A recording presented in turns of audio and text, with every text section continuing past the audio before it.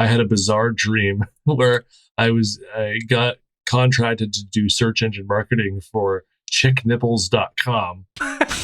Nipple replacement for men who want female looking nipples. Not breasts, just female looking nipples. And I went to go meet with this guy who was running this website, and he was just showing me all this Google Trends data about like woman nipples, big woman nipples, female nipples. And I'm just like, well, this isn't like a business plan, man. Like, I don't think these aren't men who want to have those nipples. They're just looking for pictures of those nipples. And then the guy got really mad and fired me. Jesus Christ, we're sitting on a gold mine here. It's Exactly. the most Googled thing in the world. I gotta make some money off this. Transitioning 1 inch at a time. Exactly. I'm imagining a conversation between friends where it's like, yeah, got a nip job. And they're like, what? You mean a boob job? No. Let me explain. Chicknipples.com, baby. And that was my weird dream. Its sister company, Taint Swap, will be a hit as well.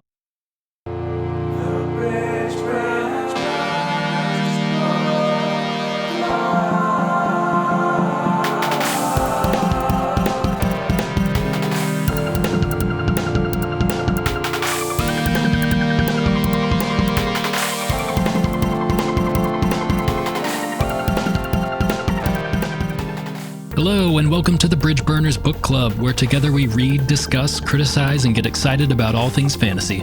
I'm your host, Sean, and with me is my co-host, Tyler. That's me. And our co-host, Ben. Bail Dobin, and I wouldn't give me own mother free passage. We're excited to have you along with us each week as we take a journey together through the books we love. Wow. Bail Dobin. I was trying to write an ad in his voice, and I just couldn't capture it in time for the episode. I mean, we have some more time with him, I think, so it's gonna be okay. I think it's supposed to be like a fast-talking Irish dude or something, but he also sounds kind of like a pirate. I don't know. Yeah. He just reminds me of the way that Brian Jocks would write like a weasel pirate or something, right? Where it's not firmly identified what the accent that is, but it's weird. I don't know. I can't remember how his character turns out, as we get down the river there, but he seems like a guy that he's up to something. I'm not so sure about him so far. Yeah, I know. I agree. He's a very well-traveled, and he's lived a rich and dangerous life. That's not the guy that they inserted in season 2 of the show, is it? I think it may have been. He's like collecting shit from Moiraine or whatever. Yeah, because we hadn't gotten to this point, and like he hadn't been in this book, so the name did ring a bell. Oh yeah, he is the character. Yeah, that's him. Bail Dobin. Does he show up in the books later on? Yeah.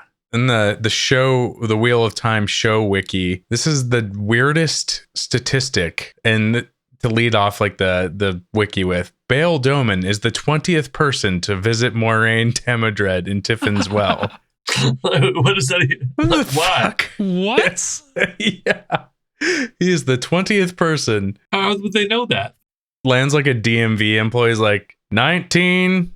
All right, 20. You're up. Well, there's no way that it actually has 20 people on screen that come and visit her. But I think, thinking about how it starts out the season, I bet it's that Lan says, like, as he comes in, like, oh, this is the 20th one or whatever. Make sure you write that down. You have to take a tag like you're at the meat counter at the deli.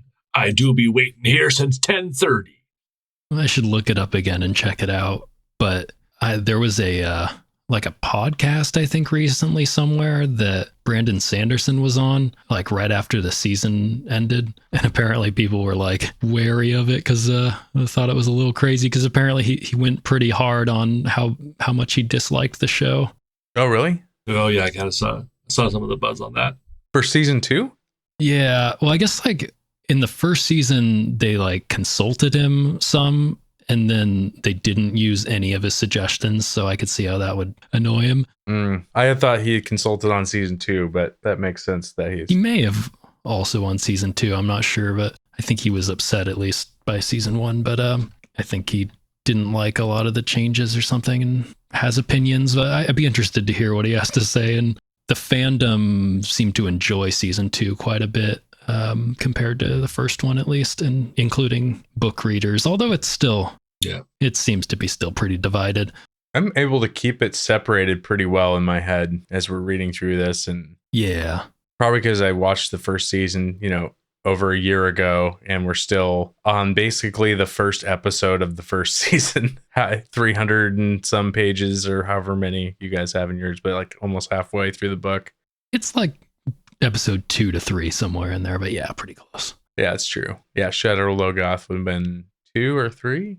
It is what it is, and I think it's kind of fun. There was some cool moments in the end of the second season that I liked quite a bit, and the character Elias that we're introduced to today gets introduced also in the second season as just kind of a random dude that they run into. I assume that he's also in the books later on. Yeah. I don't actually remember that much. This was my reintroduction to Elias. I completely forgotten about him until we got into this chapter. I'm like, oh yeah, he's the wolf brother. I thought Perrin was wolf brother, but no. Like when I first read this book, I listened to some of it on audiobook, and I think they said Elias, but Elias also actually, I kind of like that. It's like, it's a little more foreign fantasy sounding to me. I think Elias, what do they say in the show? It's probably, I don't remember. I don't know. For with a Y, I like Elias. That's what I'm going to say. So Sounds a little more Tolkien-y to me. Anyways, enough about the show. Tyler's like, I don't know what the fuck you guys are talking about. Yeah, no, I watched all of the first episode, and I think I didn't get to Shadar Logoth. But wait, didn't he somehow doesn't Matt get the dagger somehow differently in the show? What's that deal? What's the deal there? He gets it pretty much the same way. Well, there's no Mordreth. They don't have there's no more death, yeah. Oh, okay.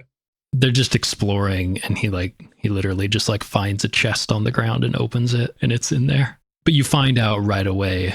Well, I guess this isn't very long later after Shadar Logoth, so. I feel like I definitely knew something was up in the book right away. As soon as he grabs that dagger, you're like, dude, he just said, don't take any of the treasure. Well, they kind of slip it past you. They try to kind of like, sneak it under the radar. It's like Matt is holding a dagger, but it doesn't, I don't think they even says it was from the pile. Yeah, it says he picked it up, and then it just never says anything about it again, I think. Like, I probably would have pointed that out if I didn't already know all about the dagger, Like, if I really was like a full first-time reader of this book, I would be like, he picked up that dagger, but it didn't say he put it back. But, like, obviously you're going to notice that if you already know about the dagger, so didn't want to draw attention to it for spoiler's sake. He definitely needs his own personal John Turturro to tell him, don't psych the treasure, because he's got treasure on the brain. I guess we don't really need to have a conversation. That was a little bit of a conversation there already, but man, I had to delete the absolute solid gold banter on Testicle Thesaurus. Yeah. Oh damn. We'll get a word from our sponsors later, and it'll all tie together. It was just tease with that 2 words that just keep people on the edge of their seats. Testicle Thesaurus. Yeah, no, just keep this in mind for later. This is foreshadowing. Your life has already changed, and you don't know it. Just imagine like how we make notes as we're reading the chapters. Someone's making notes as they listen to the podcast. Testicle Thesaurus. Okay. Underline that, highlight it. Triple underline. Remember that for later. It will be on the test. Yeah. It'll be on the testy. Oh, there you go. Just like these synonyms, I can't let any low-hanging fruit go unpicked. The underwear brand Fruit of the Loom? Did you guys always think that meant just like your balls? 2 cherries on a little tight stem. I just looked it up to make sure, and like I kind of remembered reading this a while back. It's like Robert Knight, the creator, he thought the labels would be the perfect symbol for his trade name, Fruit of the Loom, an expression referring to clothes paralleling the phrase fruit of the womb, which can be traced back to the Bible. Fruit of the womb is just a baby. Yeah, that's just a weird thing to say regardless, but... The fruit of the womb is the baby, and so those cherries are the baby's balls. You'd be like talking to your child, and you'd be like, fruit of my womb. No, yeah. That's creepy. I thought it was fruit of the, what is it? Fruit of the loins? I guess it depends on the... Yeah, different translations. Yeah. Or if you're a King Jimmy guy like I am. Oh, yeah. I'm a loin man myself. Sirloin himself. I can't say that I've like read all the different versions of the Bible, but from what I understand. Wait, what, Sean? Okay. Well, Okay, well, I know what we're doing. We're doing a hard pivot on this podcast. It's now every version of the Bible. From what I've heard, most people like the King James Version just because it flows in a pleasingly poetic way for a lot of it, as opposed to some of the other versions, but it's apparently not as accurate of a translation. So, How would you know, Sean?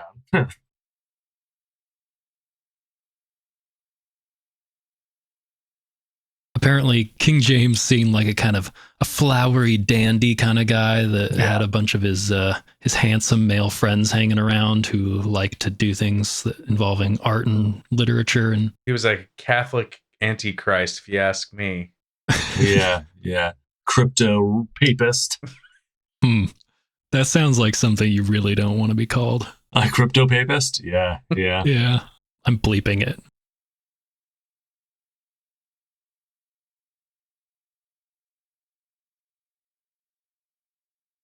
Are we bleeping out apist?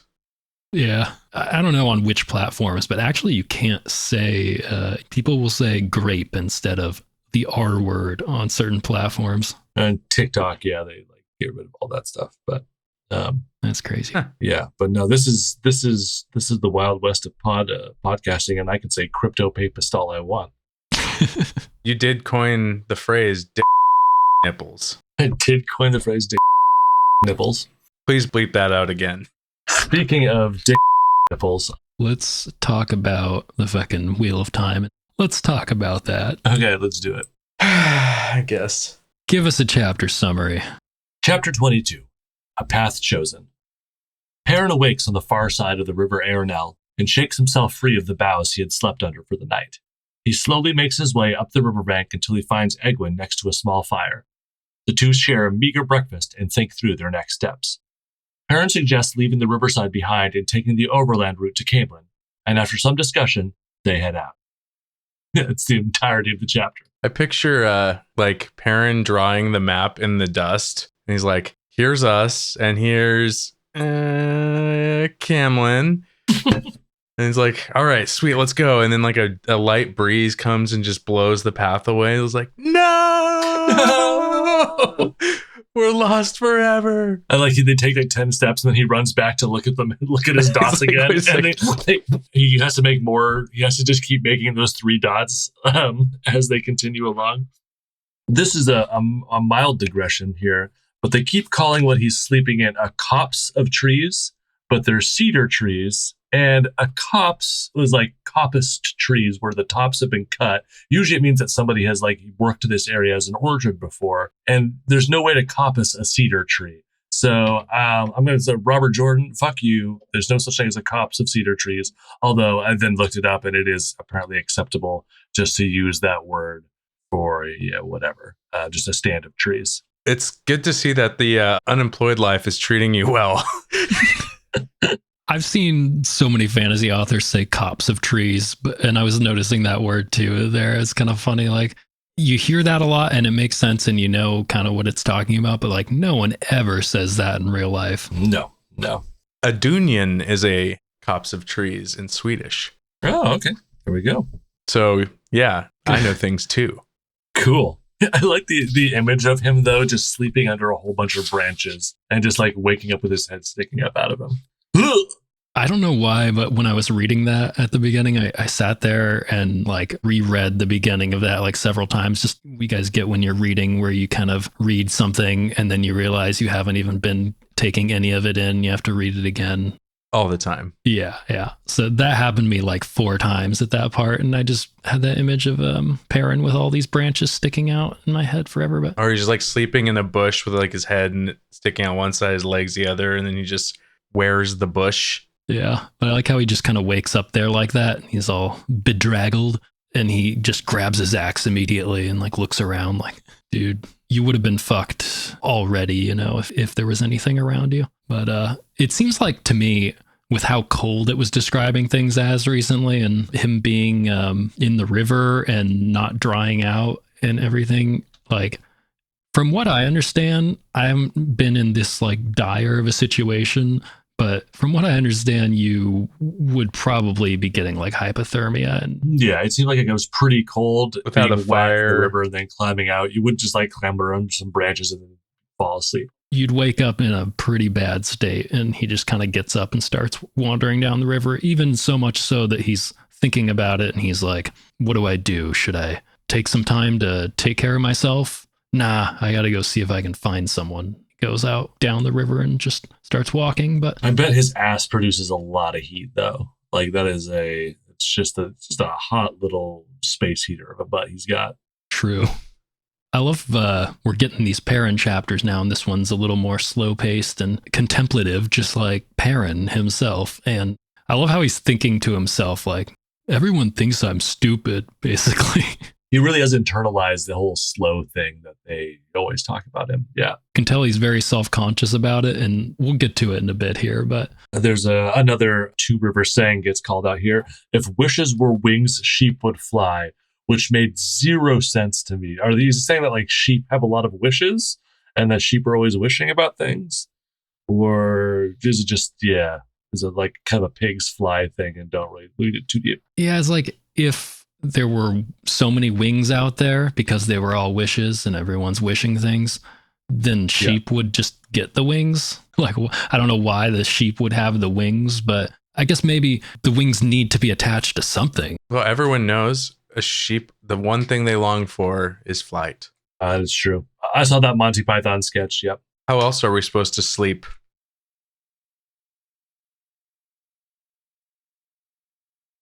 I think it's just that there's only like 3 things that the Two Rivers people know about, and it's like farming, sheep, and brandy or something like that. Braids, Braids, yeah.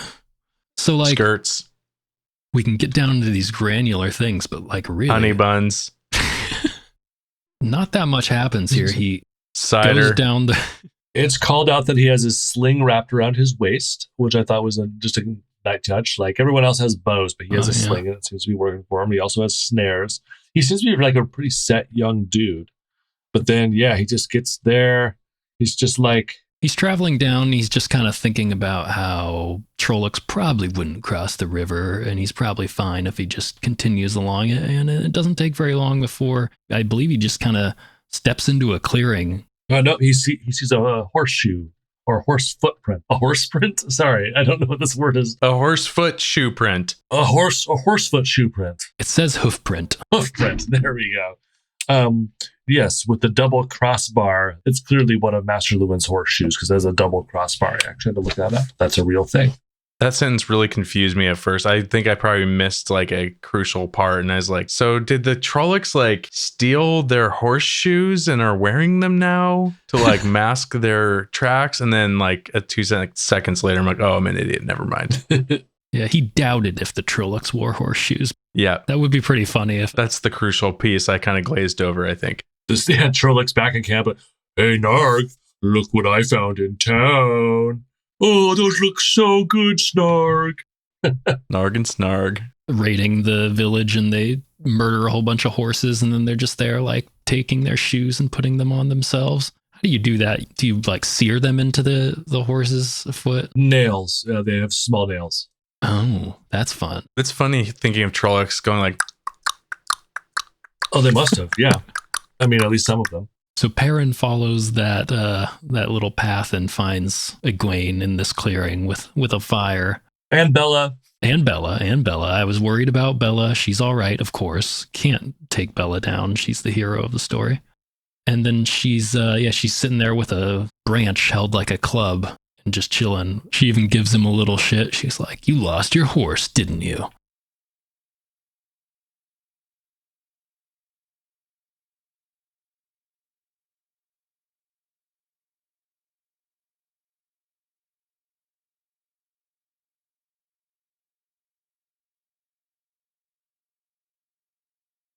Perrin gets he finds that she has some food and some supplies, which he is completely missing. So they do have something, the aforementioned meager breakfast.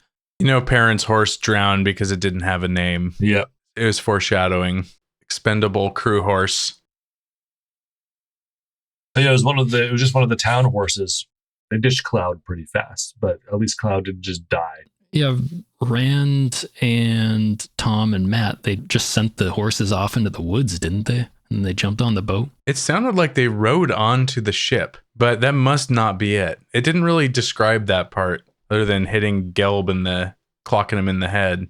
They definitely didn't bring the horses on the ship. I know that much.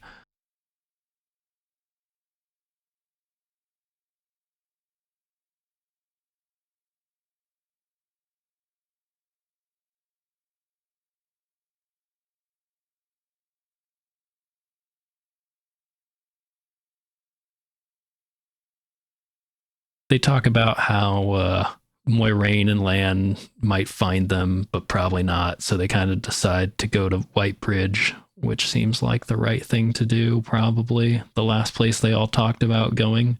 Well, they're going to Camlin, not Whitebridge. Oh, that's right. That's right. Well, everyone else is going to Whitebridge, but they're saying like, hey, let's cut this up. But just like there's another folksy saying in here, hope is like a piece of string when you're drowning. It just isn't enough to get you out by itself. Way to go. Way to go, Perrin. You just need to hope that a flying sheep comes by and throws you a line. Yes, something that's sturdier than a piece of string, we hope. But don't hope too hard, because it's only as strong as a piece of cheese in a meat market. Yep, and if the wolves and the bears are fighting, then the bunnies will eat your cheese, and then you won't be left with any string. It's like Ken Bowie said it himself. So this is where he makes his infamous 3-dot map, and then, hey, if we're here, and this dot is here, and this dot is here, what if we went this way? Using a vague memory of Master Alvir's map. Admittedly being the least interested in maps of all the friends. Why don't they just follow the river? I really don't get what. I mean, it's to kind of keep the group kind of split up, but like everyone else is following the river. You guys are just going to go with this weird overland route that like skips the place you're going. Like that's the whole point of going to Whitebridge is everyone meets up in Whitebridge, and you're on the far side of the river. So the whole like being afraid of Trollocs doesn't make much sense to me. I mean, I'm not really following Perrin's plan, but he's Ta'veren. I am not. So I'm just I'll follow his lead. And speaking of Perrin's plan, like this kind of goes together with this little internal dialogue or internal talking that Perrin's going through, deciding who's going to be the leader. Yeah.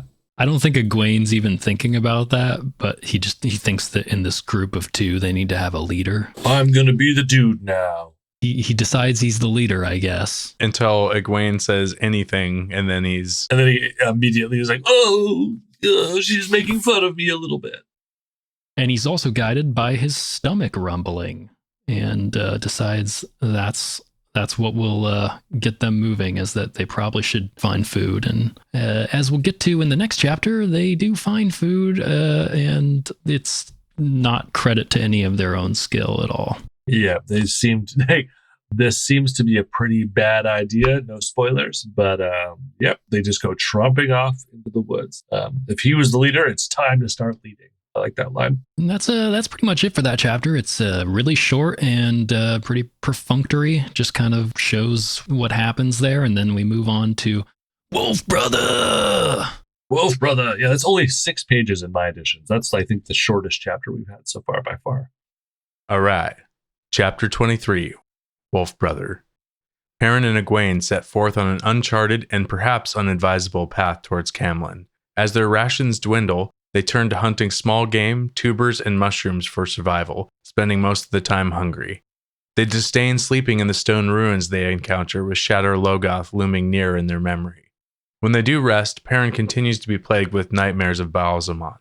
As their hunger reaches its apex, the pair stumble upon a stranger named Elias Meshera as he roasts rabbits around a cook fire. He invites Egwene and Perrin to come dine with him.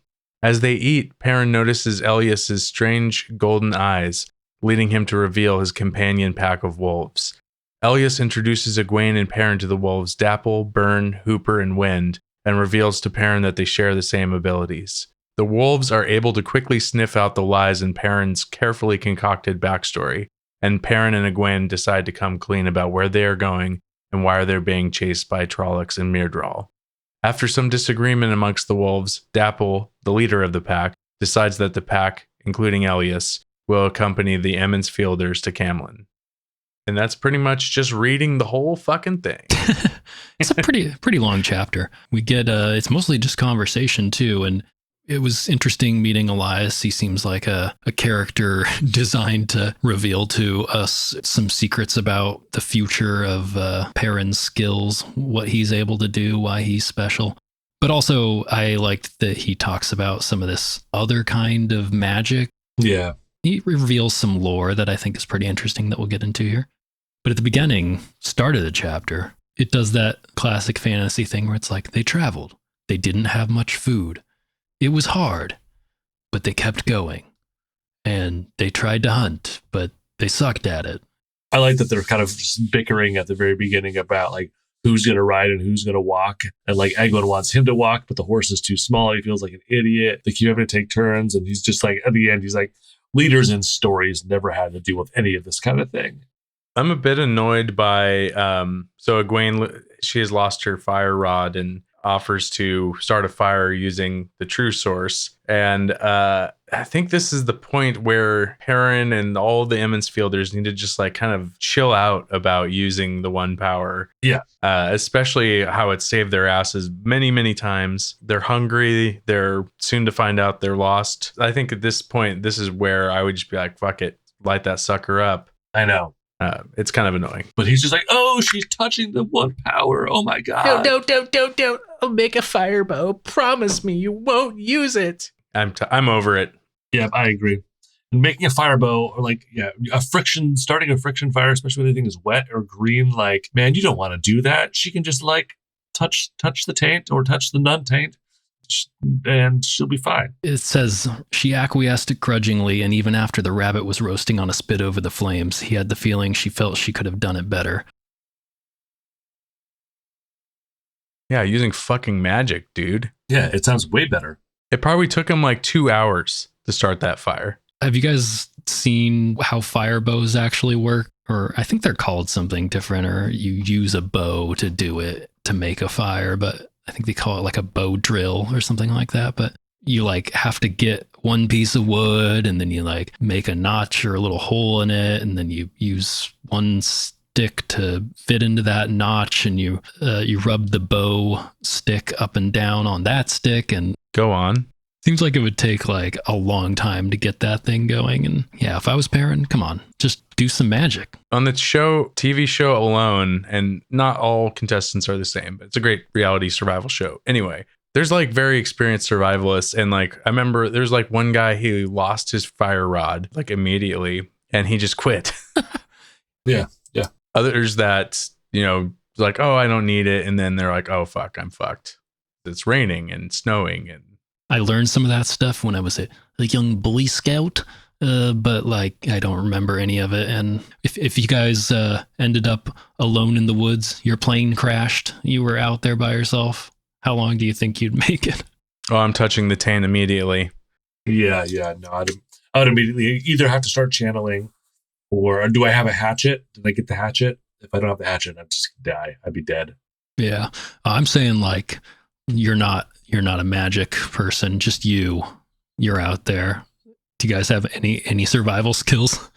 No. I backpack and camp and hike, but really, it's still pretty posh, with dehydrated meals and Right. yeah, no. Yeah, I think I would be picking some berries and probably eating things I shouldn't within the first few hours, and it would not go well. Looking for mushrooms that poison me and stuff like that. They seem to find some Queen's Crowns, the best mushrooms, when they're out in the woods. Is that a real mushroom? I Googled Queen's Crown mushrooms. It's a Wheel of Time thing. Yeah. I keep doing that with these things to see if they're actually real, because he mixes it up. But apparently this is just a made up kind of mushroom, which is, according to Robert Jordan, the best. Sounds pretty good.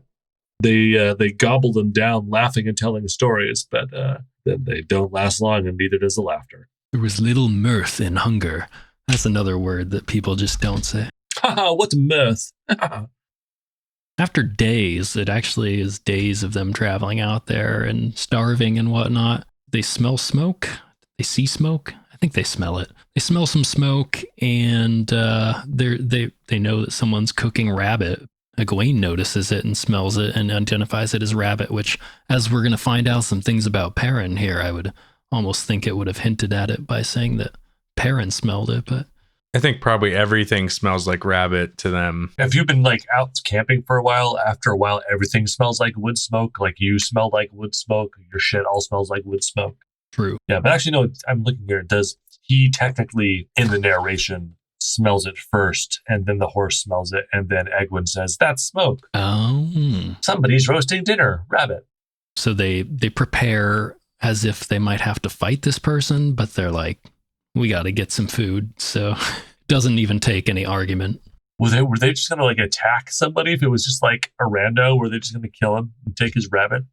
As it says later, they had this whole story that they've been cooking up as they've been going along about how they're from, what's that place? Saldea. Saldea. Yeah, they're from Saldea, and they have this whole thing concocted, and I guess that's probably what their plan would be, but it doesn't really say. They just kind of creep up and find out he's not a Trolloc, and his clothes are made all from animal skins, which I guess that makes sense, but like, his cloak was a crazy quilt of rabbit and squirrel. His trousers appeared to be made from the long-haired hide of a brown and white goat. If this wasn't a PG-13 series, he'd definitely be naked. Oh, yeah. Like if it was George R. Martin or something like that. Yeah. Or Abercrombie. Yeah. His graying brown hair hung to his waist, and also a thick beard fanned across half his chest. Yeah, if this was one of those authors, he would be talking about his long dangling Pubes.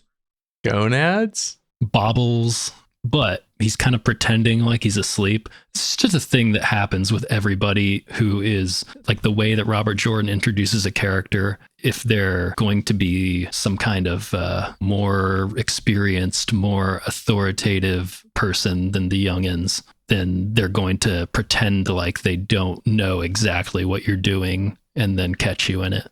And that's exactly what he does. He just, pretends like he's asleep, and then Perrin's standing there and he's like, well, come on out. You want some rabbit? I feel like if it was me and I was that guy, I guess he's just so confident. And we've learned that he has his wolves out in the woods. But like, if I was that guy, I would not be letting myself get snuck up on like that. It seems like you could just like wait for him. And he's apparently been following them for days.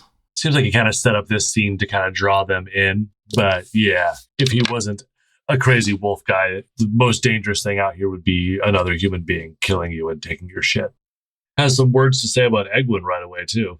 He says, I've been watching you and that pretty girl. She pushes you around like a bantam rooster, doesn't she? I don't even know what that means. What's a bantam rooster? He reaches for his ghost braid. Which is funny because Perrin thinks he's the leader and he bristles at that. No, but not his braid, just him.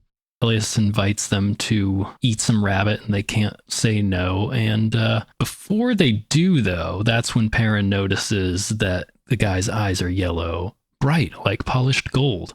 Hell yes, queen. Well, they get their bubble burst by Elias when they tell him he's going to Camlin, and he has a nice hearty laugh about it. Confirms that Perrin's navigation skills were not all that they were cracked up to be. By the way, he throws back his head and roars with laughter, and Egwin's just sitting there with greasy juice running down her chin. Like, guys, if you kept walking in this direction, you'd make it all the way to the ale waste, but you wouldn't like it there. Perrin shifts uneasily. Are we eating with a madman? Well, I mean, yeah, like the way he describes it, this set him off onto more laughter. He's actually rolling around on the ground laughing. Like, can you imagine, like actually sitting with somebody like that? You'd be like, okay, this is crazy. We were just sitting here talking, and then I said we're going to Camlin, and then he's literally rolling on the dirt, cracking up. Yeah, and I think it's supposed to be making him sound like he's wolf-like, but he's also like lying on the ground talking to them when they're sitting there eating. They seem to accept by the end of this chapter that they're just going to travel with this guy too. Yeah, even though he's clearly bonkers. Then we're introduced to his little friends. They meet the wolves, and it's interesting because I've been reading, like I talked about before, I'm almost done with the Assassins, the Farseer trilogy. I was going to bring this up as well. Oh, yeah. Those books involve, there's like two types of magic in it, and one of them involves communing with animals, and they form these bonds, and they can basically walk in the skin of the animal that they're bonded with, and then communicate with them, but in like In that book, it basically has an actual dialogue going on between the animal and the person in their head. It's described in some ways as being a little less direct than it reads out when you're reading their conversations, but I think it's supposed to be actually them conversing in some way. But from what it says here, it sounds like they just kind of like feel what they're thinking generally. Is that how Farseer is? So like when he's saying her name is Dapple, but it's not really Dapple. It's something that means the way shadows play on a forest pool at a midwinter dawn, on and on and on and on. That's kind of how in Farseer, it's like deer jumping through grass. Oh no, he's in trouble or something like that. Or am I just misremembering? No, it's actually like, it's pretty conversational. It's like the wolf that he bonds with's name is Night Eyes, and he's always calling him Night Eyes, and Night Eyes just calls him brother, you know, and thinks of him like that. So brother. he says like, we are pack and things like that to the human, you know, the wolf does in that book. So it's like he speaks a little more like an animal, but he's still just like speaking. I think this is supposed to be a little more vague, although it'll be interesting to see as we go on and explore these powers of Perrin's a little more, how exactly that whole process works. And The way that Elias describes it is like, there are times the wolves seem to know what I'm thinking and respond to what's in my head. It seems like it's more, you're kind of sharing your consciousness with the wolves rather than, hi, I am Tyler and you are Dapple and we're having a conversation in my head. the wolves are also like, it seems like they're able to, I don't know if it's through Elias, but they're able to just understand English. Like, because they're all sitting there having this conversation and the wolves are reacting to it. And one of them, is it Burn? He's had some encounters with Trollocs and is not a fan, and all he ever wants to do is kill Trollocs. And I like how when they're telling their story, you know, their fake story, and it gets called out for lies, then Elias tells them that the wolves were smelling Trollocs and the eyeless while they were telling the story, which is kind of weird. Like, I don't know how that's supposed to work. I didn't realize too, like, what does that mean? Like, that they can somehow smell that you're thinking about Trollocs? Maybe it's a particular, like, pheromones released for a particular type of fear, or they recognize that scent. Whenever I walk past the Spirit Halloween store, I have a very particular smelling fart. I just smelled it, right? As you told me that story, I could smell it. Oh, I know. Yeah. Yeah. Sorry, guys.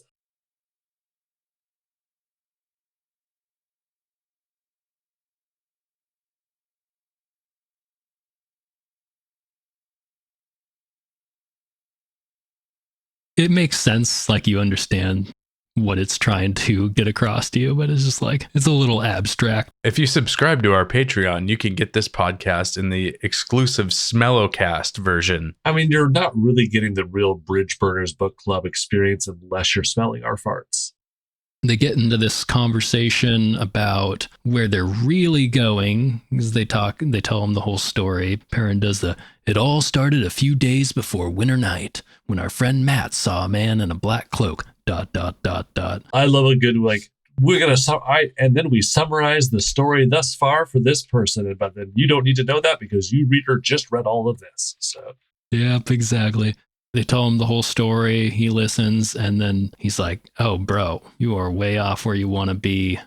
You should probably let me guide you." Or he talks about his enmity for the Aes Sedai. And this is where they kind of drop, like, the Red Asia are hunting me. And I think that some of them are Black Asia. They didn't like that, serving the Dark Ones. I think this is the first kind of call out of the Red and the Black Asia right here. Yeah, they hadn't really mentioned it till now. And I guess he seems like he mostly has it out for that one, but he says he doesn't hold with Aes Sedai in general. So yeah, he said he had to kill a couple of warders. Like, that's where I was kind of impressed. Like, man, killing a couple is a lot if they are all like land. Yeah.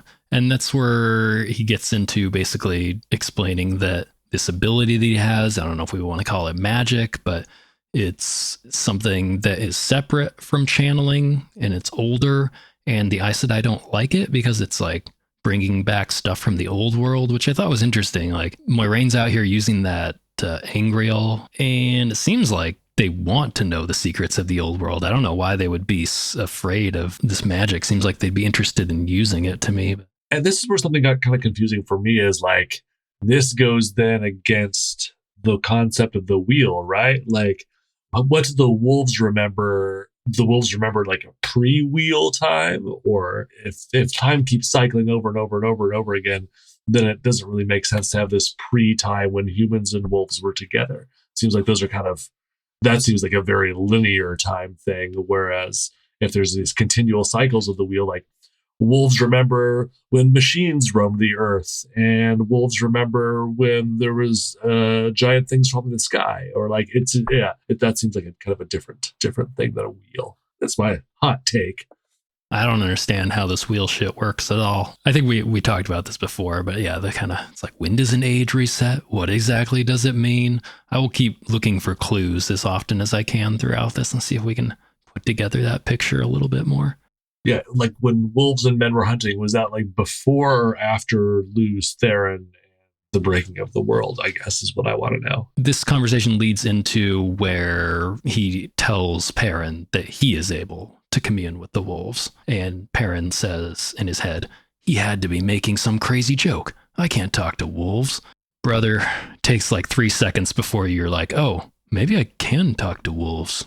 Yep. And Elias kind of also suggests that Perrin's probably better off if he just sticks with him and kind of ditches his whole plan of trying to get back to civilization and his friends, that he's not going to be, infers he will not be happy in that life. But Egwene decides, she's steadfast in wanting to get to Tar Valon, and Perrin decides that he's going to continue sticking with her, which I don't think that was ever in question. Yep. But then I like how it just says like he could feel like Burn, the one wolf that's kind of the mean, angry wolf, takes off, and like Perrin says he could feel the wolf leaving, and I like that a bunch of other wolves as well. Yeah.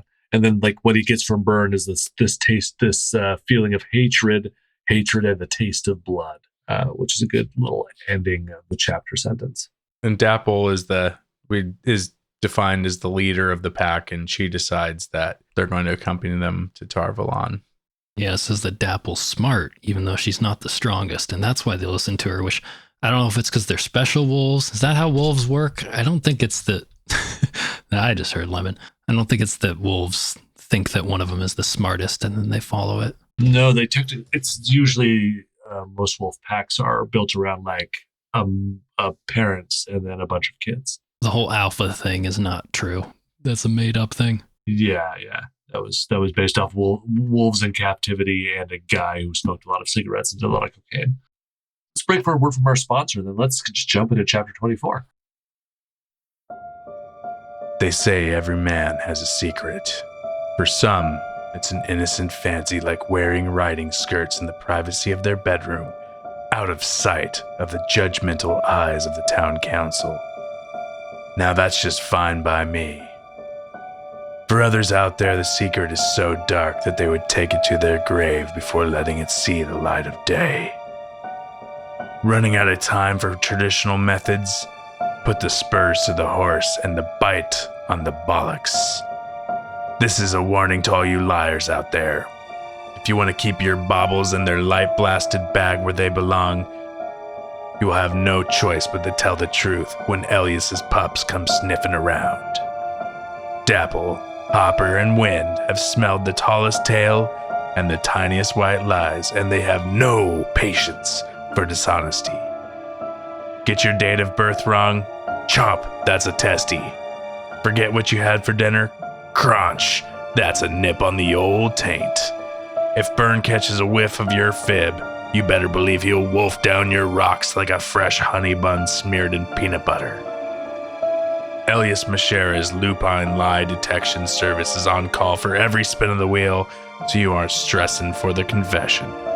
A nibble on the nubs is now only the cost of 2 freshly killed rabbits, and for a short time only, a chomp on the gobbler is 3 possums and a belly rub for Dapple.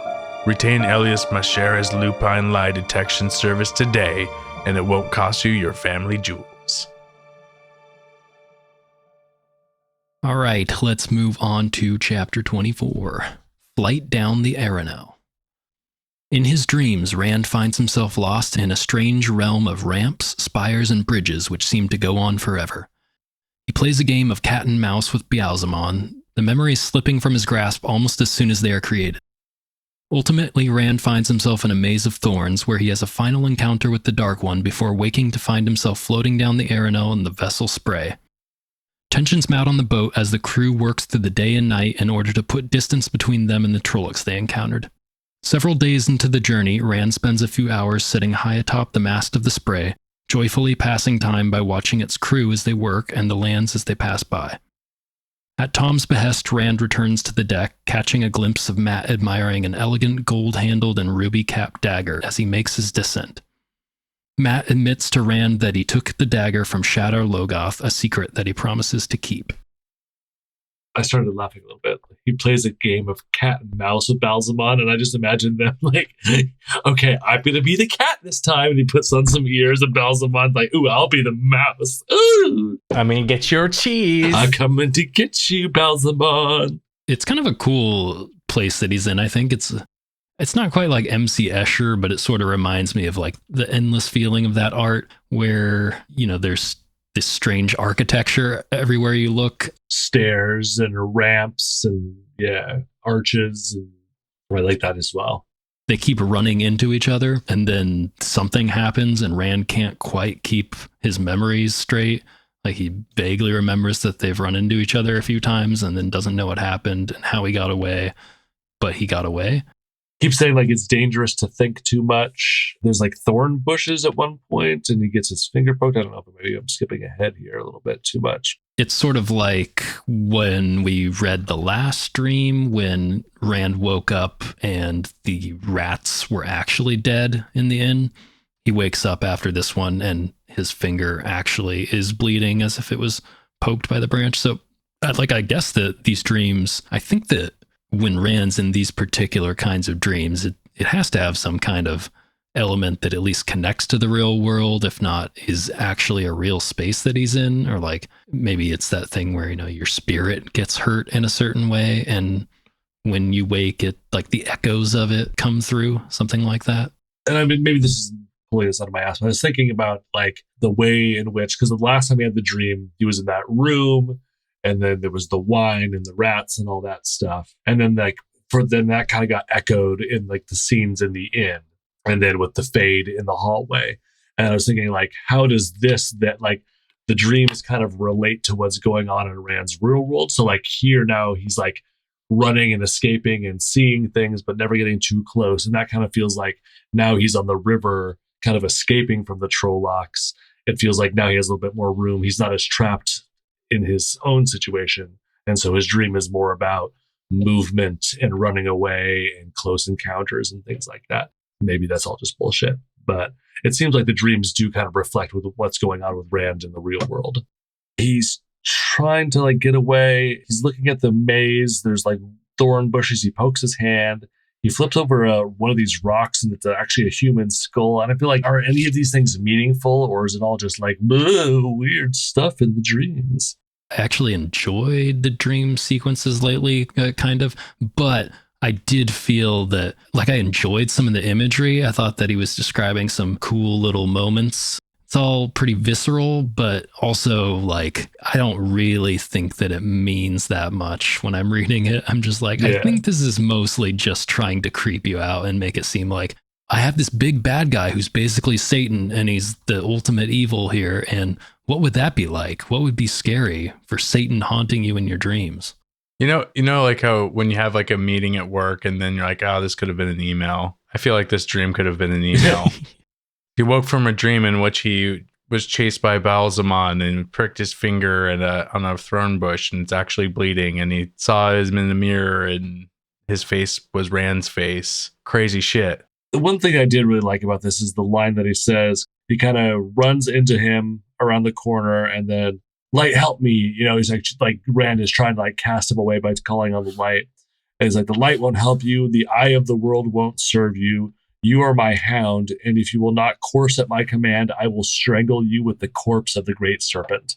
Do we know what the great serpent is? And it's dead? No, I think it's because it's the older incarnation of the wheel. It's like the Ouroboros, the serpent eating it. Oh. So I think that's what he's referring to. Right. Just like the wheel is also known as the great serpent. So I mean, the dream ends with him. He's like looking at all these mirrors, and it's like Balzamon's face and his face, and it's the same face.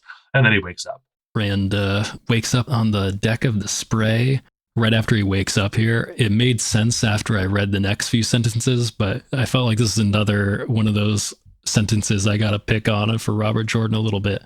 The Spray made haste slowly down the Arano. That's a whole sentence. Making haste slowly is a saying. Okay, I hadn't heard that before. It means like be careful and cautious, but it's such a stupid thing to just. The cheetah sprinted in place.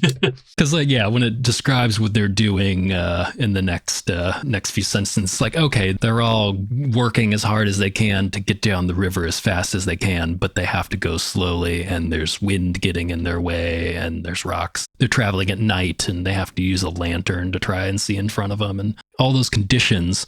All these terrible working conditions lead the sailors to start to talk about, potentially a mutiny here. These guys need a union, is what I'm saying. Yep. The working conditions on this boat don't seem to be great, especially if your name is Gelb, Florin Gelb. What was it? He was like asleep or something. He wasn't watching. Yeah, Rand landed on his head.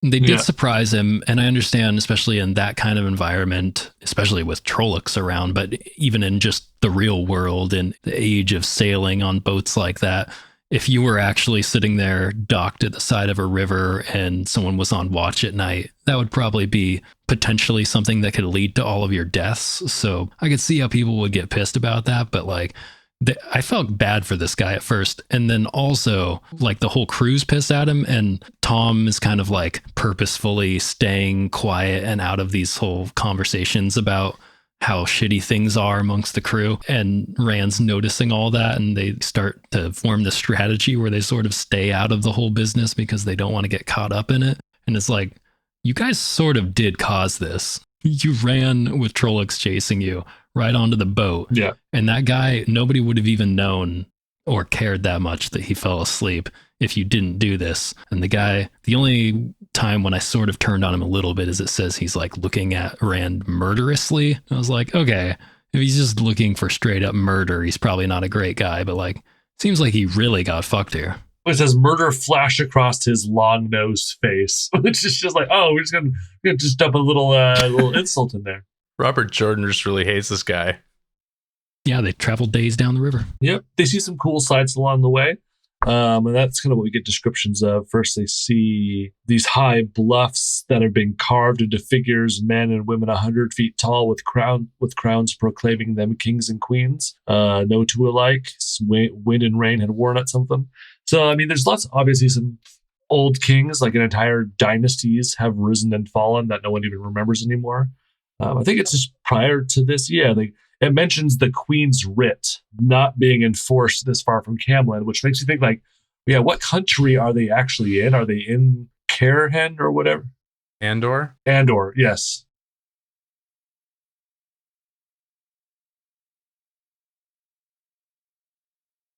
Technically, what country is Two Rivers part of, and are they still in that? And I think it's all part of Andor, but just not very heavily policed, right? So these are probably meant some kind of ancestral Andorian kings or queens in there. They've probably forgotten to collect tribute for generations. I think that this is the first time they've really mentioned any kind of liege or anything like that in these lands, and I don't think that it has much effect on Two Rivers if there is supposedly someone that rules them. No one gives a shit about that at all. Their highest authority is the women's circle and the town council. They see the figures and the carved things, and they see a metal tower off in the distance. Big tower of metal. This is where I think when I first read it, it kind of struck me. Okay, this is a big world where even the people that are traveling through it or knowing things about it, there's mysteries here that even this guy on this boat doesn't even know what this big tower is, but he still uses it for navigation and knows like, okay, this means I'm this far in my journey. There's all sorts of crazy stuff. He says there's hands sticking out of hillsides with big pieces of glass and things that people can't explain. And Yeah, it seems like there's a lot of land that used to be occupied that is just considered to be dangerous that no one goes into at all. Like where Shadar Logoth is and stuff. Like it seemed like people just don't go there or even know that it exists because that's a huge thing to not really know about, it seems to me. I know, right? This whole city out there that they've never even heard of, and it's like not that far from them. You think there'd be like legends of like, oh, there's treasure hunters that go there all the time, but they don't come back. Yeah. You'd think they would get that classic little trope there, but nope, not even that. Yeah, you'd think Tom would give us, if anybody knew about this kind of stuff, it'd be Tom or Bale, I guess, the two of them, as Bale shows. Gives him a little taste of the adventure in life. Yeah, and that's something that I feel like Tolkien, comparing him to Jordan here, did like a lot more. Was just like, oh, we're passing by things and let's talk about the history of this little ruined tower out here in the middle of nowhere. And Gandalf will be like, well, this used to be this thing. And this stuff happened. In the days of Numenor, Skaldron the Bondorfus came to the land. Yeah, when we get it in Wheel of Time, it seems to be like only when like Moiraine or Tom or someone will just like tell a whole story at once. Like we said, there's a little tension building between the crew here, and that doesn't come to a head in this chapter, though. It sort of ends up where Rand gets up on that mast of the ship. This doesn't make sense to me. Is it just that he's athletic? Like he's growing into his body, or I don't see like this little acrobatic display, how it even like factors into his development down the road, or unless I'm forgetting something. I think something, it just kind of maybe showing maybe that the power is maybe making him a little bit mad or something. It's just like he's up there, he's got his legs wrapped around, and when it just says that he's looking down and watching everyone work, and he's looking down at them for an hour, staring at them and chuckling. I know. An hour is a long time to just be out there. Oh, they look like bugs. For an hour. Meanwhile, Matt's down there just like, oh, don't look at my knife. Don't look at my knife. Like, Tom's like, what the fuck? These are the worst apprentices I have ever had in my life. Yeah, and Tom finally climbs up there just because it seems like he's like embarrassed and getting like annoyed that the whole crew is pissed, and he's just like, okay, Rand, you got to stop being a little crazy boy up there. Whatever you're doing, just stop it and come on down now. And when he does make it up, Rand's like, oh, Tom, wow, you made it up here too. And Tom's like, seriously, dude, what the fuck? Come down now. Oh, and then he like springs off and does like a dive jumping off the top rope. Yeah. But really, he just like catches the rope in the crook of his elbow and slides down, which seems like a pretty sailory thing to do. But everyone's just like, oh, and they clap for him when he lands. It's a landmark moment in sailor showmanship. A Randmark moment. From the Randmark channel. And a scattered clapping rose from the crew. And then this is where, Rand discovers the dagger. Yeah, Matt's just sliding it in and out of the scabbard a little bit, like, I just need a little peek. And he has a faraway look in his eyes. Clearly, there's more to it, and we'll read about it as we go on, but I do think it's interesting that it's just like, okay, he has a dagger. Does he have any reason to like the dagger? Is there anything about it that gives him interest in looking at it or having it, besides it's like fancy and probably worth a lot of money, at least by appearance? In Lord of the Rings, you just have a ring that gives you this power, and it sort of does that same thing where you just feel like you want it really bad. Is that all it is? He just has it and he feels like he wants it really bad? Because clearly Rand's not like overly freaking out about it. He just kind of sees a dagger and he's like, okay, I'll keep your secret, whatever. Well, is Matt's treasure boner, is that a byproduct of the dagger, or is that just Matt? I like how Matt gives this little technicality to Rand as a reason why he should be allowed to have it, which is like Rand just seems to say okay and buy it. If there's one thing I know, that's not how curses work. Yeah. The two of you pulled me away from the treasure and I had it in my hand. Mordeth didn't give it to me. I took it. So Moiraine's warnings about his gifts don't count. Okay, buddy. If you dropped the dagger in the hood of my hoodie and then I walked away, then like I didn't steal the dagger. we can pretend for a moment that he gets off on a technicality, but somehow I have a little feeling that it's not going to go as Matt planned. What, Sean? That's when has that ever happened in a book? I have an idea for a little closing segment, if you guys like it. Have you guys read past this? No. No. Haven't either. Each one of us makes a prediction based on the title of the chapter. Ooh. So, like, you make a prediction for the first chapter that we're going to do next week. I'll do the second. Tyler, do the third. Just like a 2-sentence prediction. Yeah, I'm down. Yeah, okay. So, Sean, you got the next chapter is chapter 25, The Traveling People. Give us a brief prediction for what's going to take place in this very generically titled chapter. I predict that Rand, Matt, and Tom leave the boat and they start traveling with a group of minstrels. It's like the village people, except it's the traveling people in the world of what the fuck is this book called? In the Wheel of Time world. That's the whole chapter. That's how it goes. An extremely gay pop group that goes village to village. They're all bards, but each one of them is like a different, like masquerading as a different class. One guy's a white cloak. One guy's Sambui. One's a black Aja. Oh, yeah. I would love the ones that are like in drag as Aes Sedai. Oh, hell yeah. Oh, yeah. The rainbow Aja. In this world where the genders are heavily connected to different forms of power, we get the people that are messing with that in a fun way. Next one is chapter 26, White Bridge. I'm going to guess that the Rand and Matt and Tom reach White Bridge first, but Lan and Moraine and Nynaeve reach there at the same. They're there at the same time, but are beset upon by the White Cloaks and have to flee White Bridge before they can reunite with the boys. Chapter 27 is Shelter from the Storm. And I think after escaping from the Harkonnens, Paul and Jessica will fly in an ornithopter, but it's going to get like sucked down into a storm, and they're going to have to sleep in a sand tent for the night. Ooh. I think you can pretty much set your watch by that.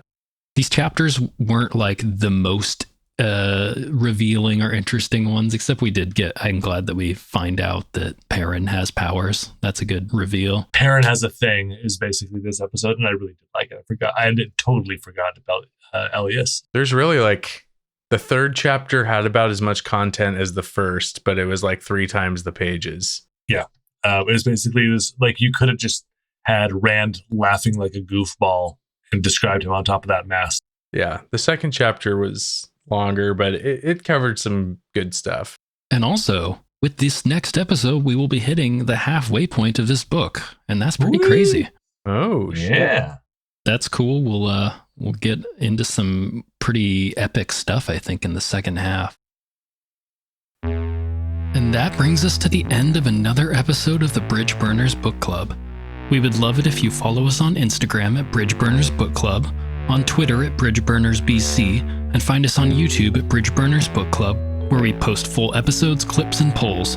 If you would like to write in, shoot us an email at bridgeburnersbc@gmail.com with any comments, questions, or contentions, and maybe we'll read them on air. You can also join our Discord with the link in the episode description for discussions, questions, or to post your best memes. It really helps if you give us a rating on Apple and Google Podcasts, so please consider helping the show grow. I'm the Sean Chan, and for my co-hosts, Ben Bowie and Tyler the Creator, thank you for listening, and we'll be back next week.